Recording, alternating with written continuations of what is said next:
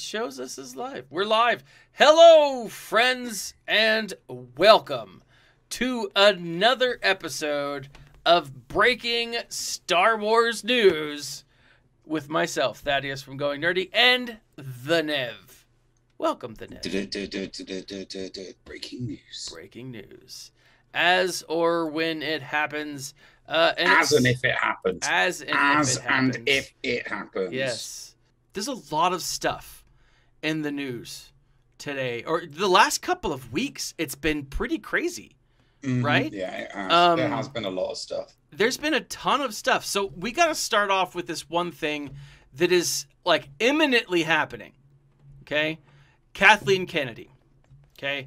The rumor is that Kathleen Kennedy will continue on at Lucasfilm, but in a figurehead role. Now, a number of people are reporting this. This isn't, and they're reporting it as a rumor. So please keep in mind, rumor, right? Grain of salt. Lots of grains of salt. Right. But there are facts that we have to look at. One way or the other, Kathleen Kennedy's fate has been decided at this point. It hasn't been made clear to the public, but her contract was up in August. It was either set to renew or it will be phased out. The problem is... No, I thought it was October. No, it was August. The deadline for the renewal was. Oh, right, okay. So she, if she's not being renewed, she will officially be kind of like given the, hey, thanks for all the great work, and swept out in October. Golden handshake. The golden handshake, right? Which from Hollywood, probably the best golden thing you could probably get. Right. But like the rumor is that she is set to stay on for as long as she wants, with a major caveat that she will have nothing to do or little to do with Star Wars going forward.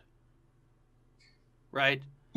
Yeah. Now, that's the rumor I've heard. Anyway. Yeah, that's the rumor. Now, here's the thing, though.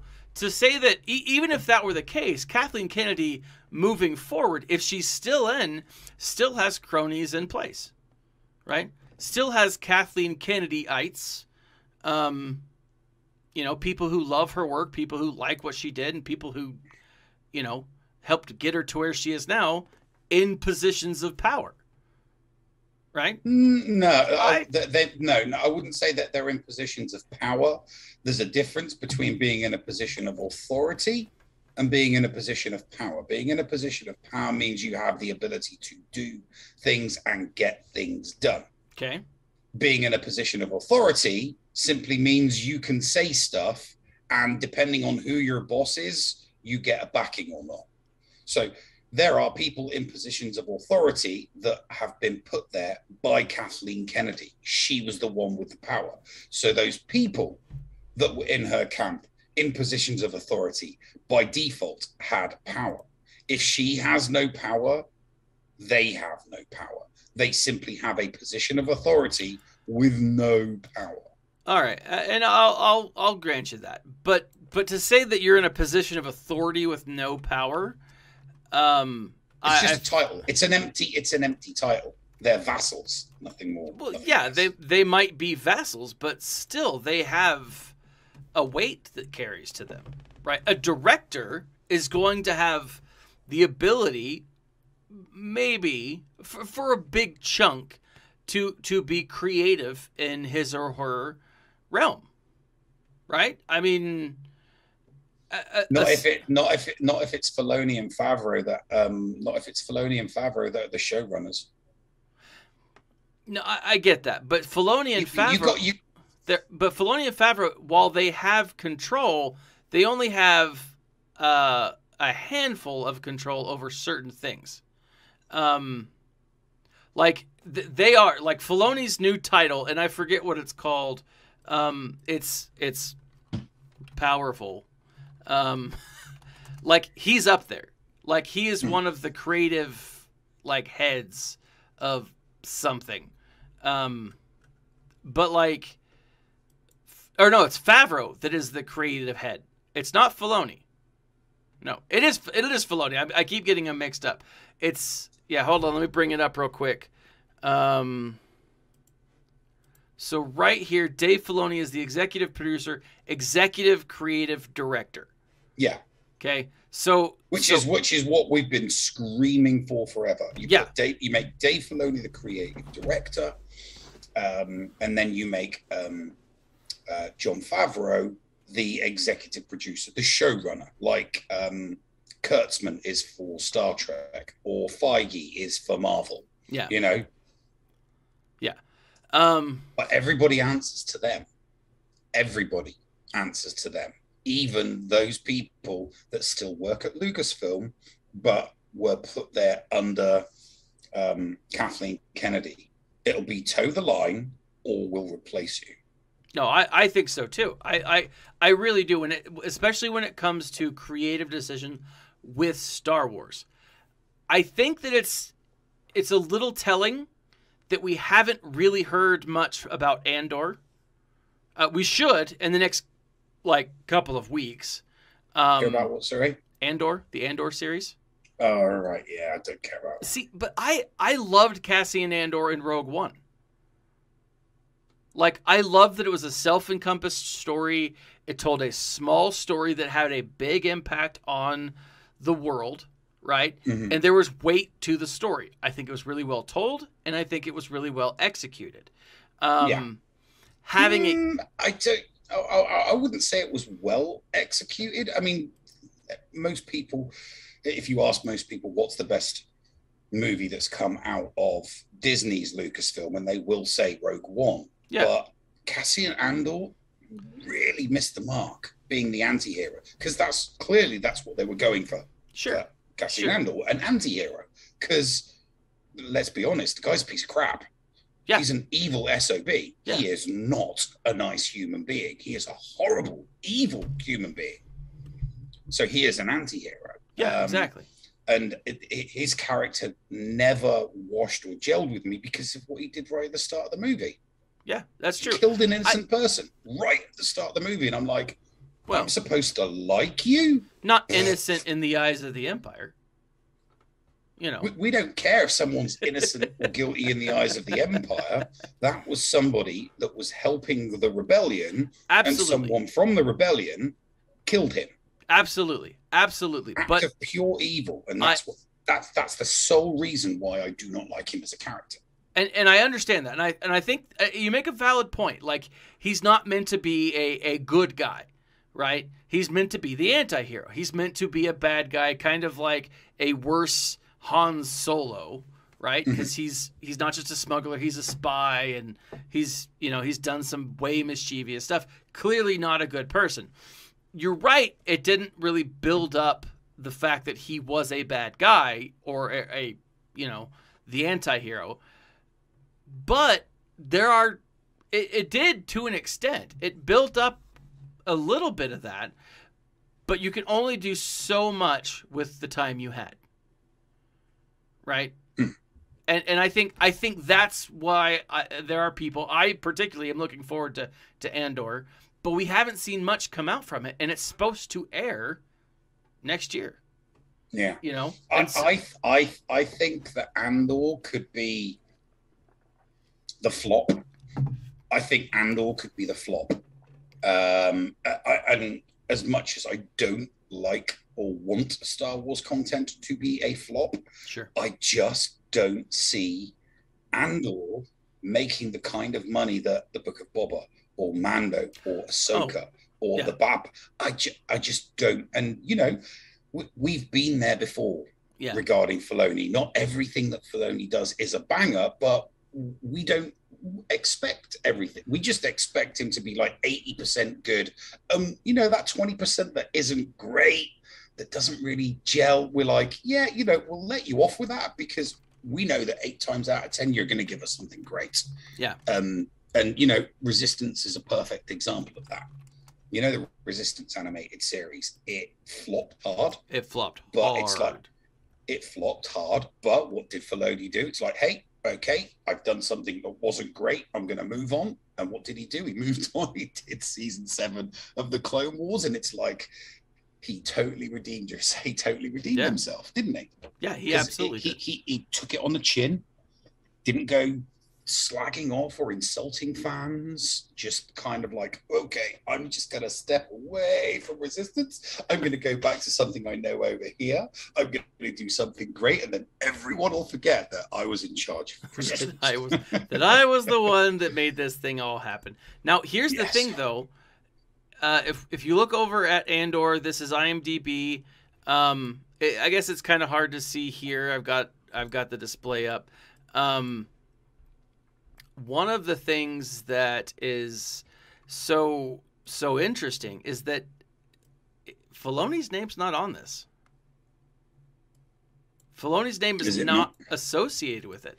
So, series directed by Ben Karen, Susan White, Benjamin Karen, Toby Haynes. Written or writing credits George Lucas because he created Star Wars. Tony Gilroy and Stephen Schiff. These are people. I'm just let's have a look at these. Let's have a deep dive into these people, shall we? And so, like, let me just bring up these directors here. There is nothing for directing for Ben Karen. He's doing Andor. He did a celebrity roast back in 2010. He did 3 celebrity roasts. Susan White, same thing, no filmography.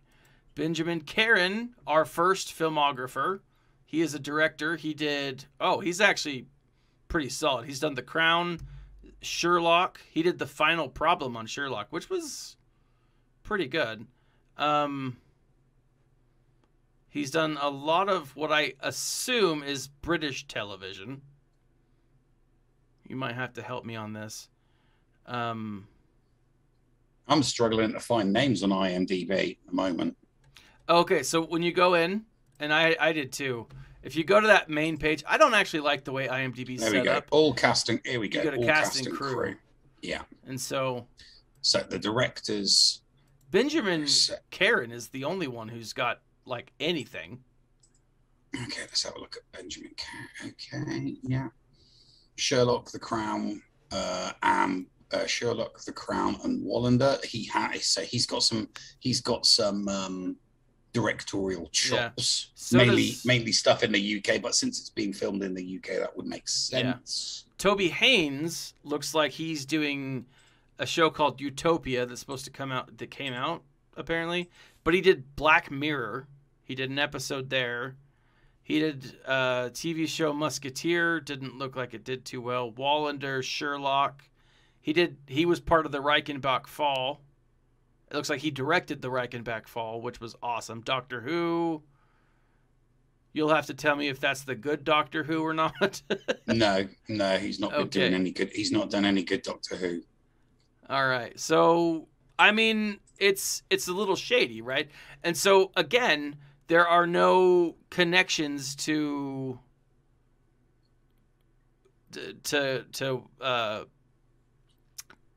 oh, balls. There's no connections to Filoni, right? No. And so again, a lot of this does kick back to the idea that these are people who are connected to Kathleen Kennedy, right? Mm-hmm.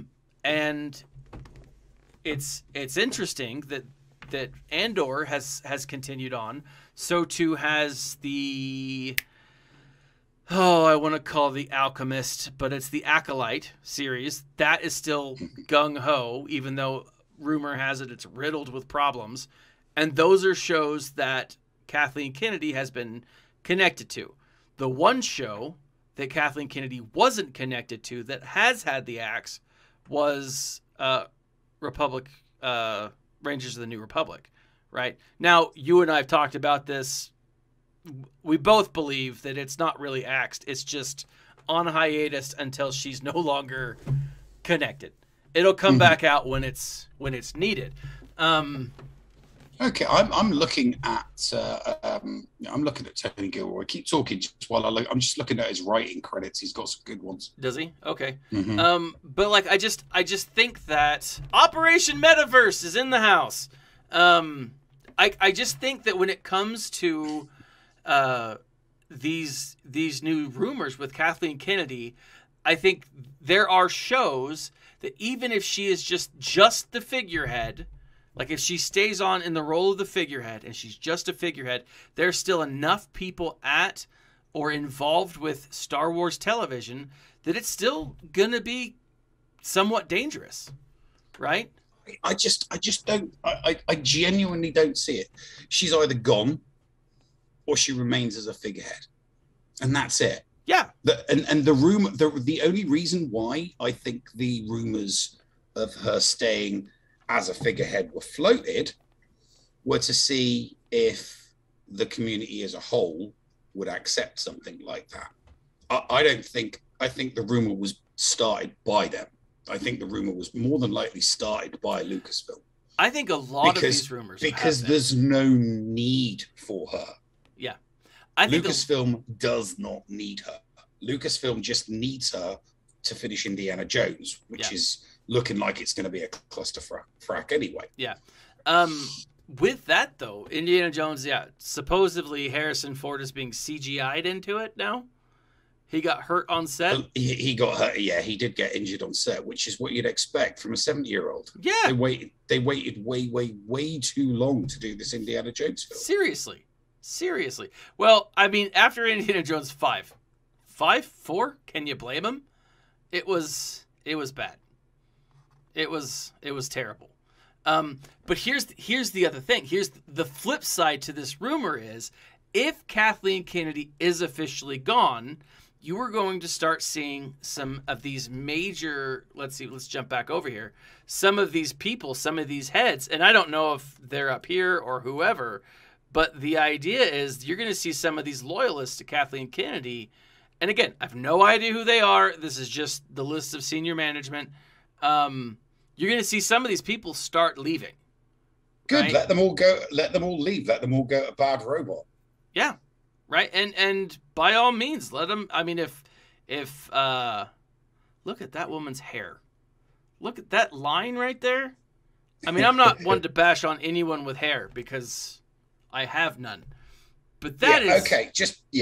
So this guy that we've been talking about, this guy that Tony Gilroy, he's a producer, a writer, and a director. Yes. Obviously, he has writing credits for Rogue One, the screenplay.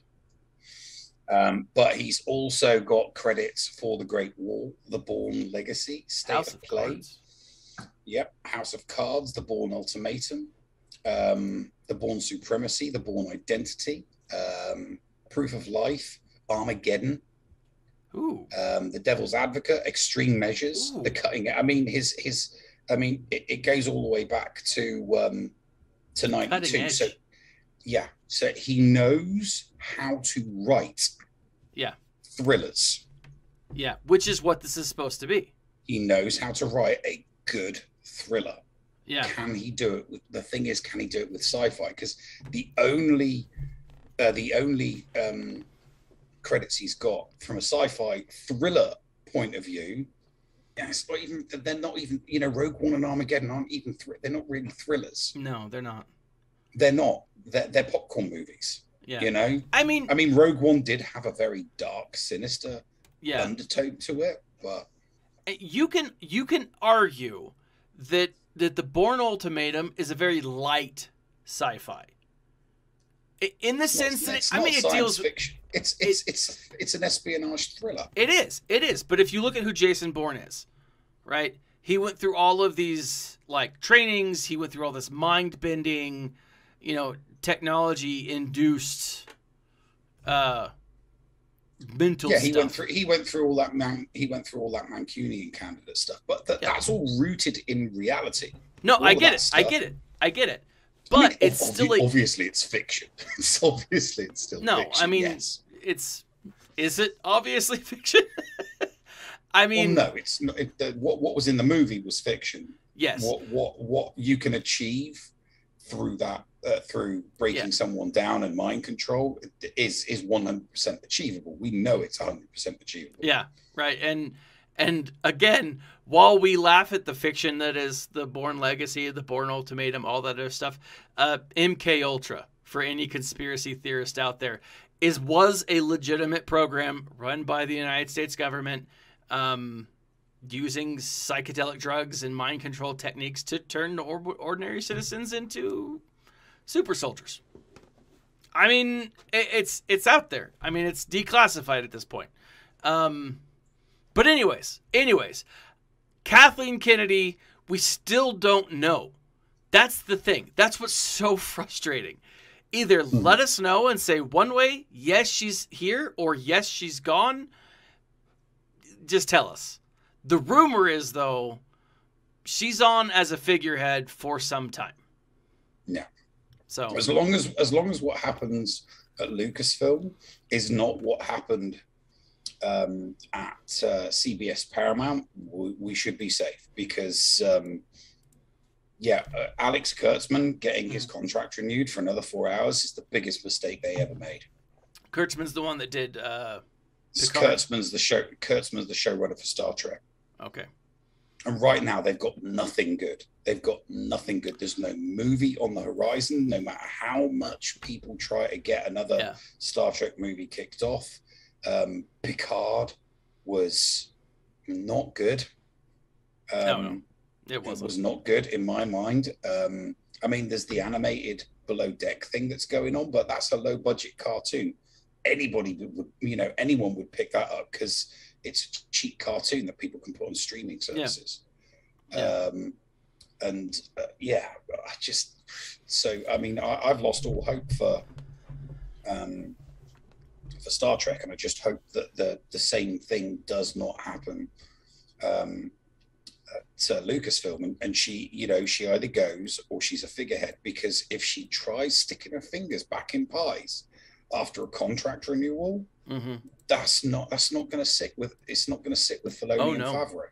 They want and they need for them to make a Star Wars universe. They need complete autonomy, 100% autonomy to do and make whatever the hell they want. And if there's someone in the back room saying, you will use this director and you will use these people for this and you will use these people for that, and they don't get to use their own people and they don't get to use their own departments, it's going to create fiction. Things are going to fall through the cracks, and shows ain't going to get made, movies ain't going to get made, and we'll be back on the path of having to wait forever for something new to come out. And I mean, because it seemed like it wasn't long, it was less than a year, but it seemed like forever waiting for The Mandalorian. Oh my gosh. And then when we finally got it, I mean, here's the thing. The Mandalorian is not a masterpiece. No. By any stretch of the imagination. No. It is not, oh my God, this is just absolutely so incredible. It's incredible. It wasn't that. It was good. But the problem is when you're not given good stuff, and then all of a sudden you get something that is good, like The Mandalorian, you kind of like, if Eddie Murphy put it best. If you're in the middle of the desert and someone gives you a cracker, you're starving hungry, and someone gives you a dry cracker, you're going to eat that cracker, and it's going to be like the best goddamn cracker that you've ever had in your entire life. It is going to be the most amazing cracker that you've ever had in your life. But then every other cracker afterwards, it's just regular old crackers. Yeah.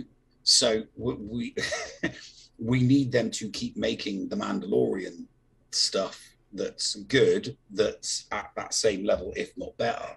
And I just fear that that's not what's going to happen. Yeah, if Kathleen Kennedy is sticking her fingers in pies and not just dedicating 100% of her time to destroying the Indiana Jones franchise. No, I agree. DPK, I pointed that out at the start. He's got his daughter's earphones on because he broke his. Yeah, I broke mine.